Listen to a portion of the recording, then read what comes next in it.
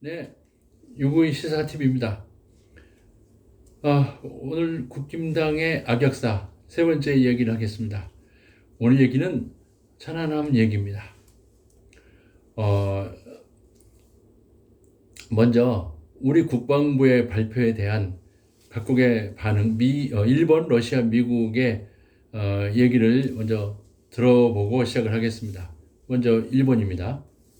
깜깜거려요. 안녕하세요. 호사카 요지입니다. 일본의 발표입니다.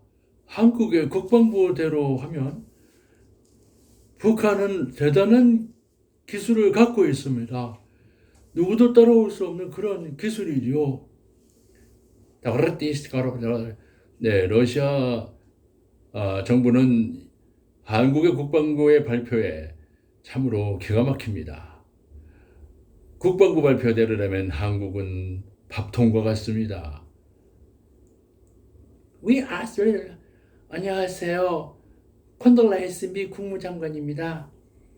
우리 미국은 북한이 천안함을 폭침했다고 한 번도 말한 적이 없습니다.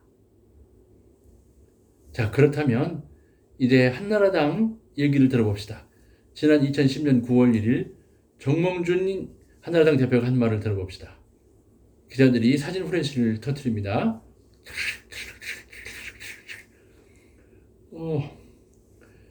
천안함을 북한이 그랬다고 하는 것은 신중히 접근해야 될 필요가 있습니다. 그리고 그는 9월 14일 한나라당에서 이런 얘기를 합니다. 이제 천안함을 이제 그냥 덮고 가죠. 덮어야 됩니다. 그거 우리 국에 무슨 도움이 되겠습니까? 그리고 이 정몽준의 말은 9월 15일자 모든 일간지에 조간신문 톱 기사로 나옵니다. 자, 이렇게 얘기를 하고 그러면 천안함의 진실은 과연 무엇일까요? 천안함은 결국 최원일 함장이 자기의 그 항해 실수로 백령도에서 앞바다로 들어와서 얕은 바다에 배가 딱딱한 모래와 바위에 부딪혀서 좌초된 겁니다. 그래서 처음에 자기가 천안함이 북한에 피격됐다고 그랬을 때 군 당국, 국방부에서도 다 믿지 않았었죠. 그런데 최원일 함장의 이 얘기로 결국은 자신이 원하지 않게 이명박 정부는 그거를 정치적으로 이용을 했습니다. 그래서 5월 22일 날 5.24 조치로 개성공단을 제외한 모든 남북 간의 교류를 끊어버립니다.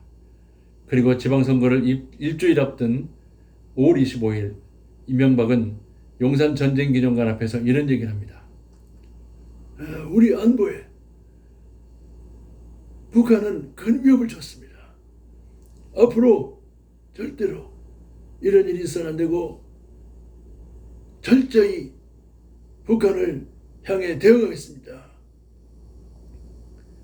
이래서 그 당시에 민주당은 전쟁을 원하면 1번, 평화를 원하면 2번 이 선거운동을 통해서 서울시를 제외한 거의 지방선거에서 압승을 거둡니다. 제가 천안함 자료를 찾다 보니까 2011년 6월 15일 날인가 MBC PD수첩에 나와서 최원일이 말을 했던데요. 여전히 북한의 공격을 얘기하고 있습니다. 최원일 씨, 내가 분명히 말씀드립니다.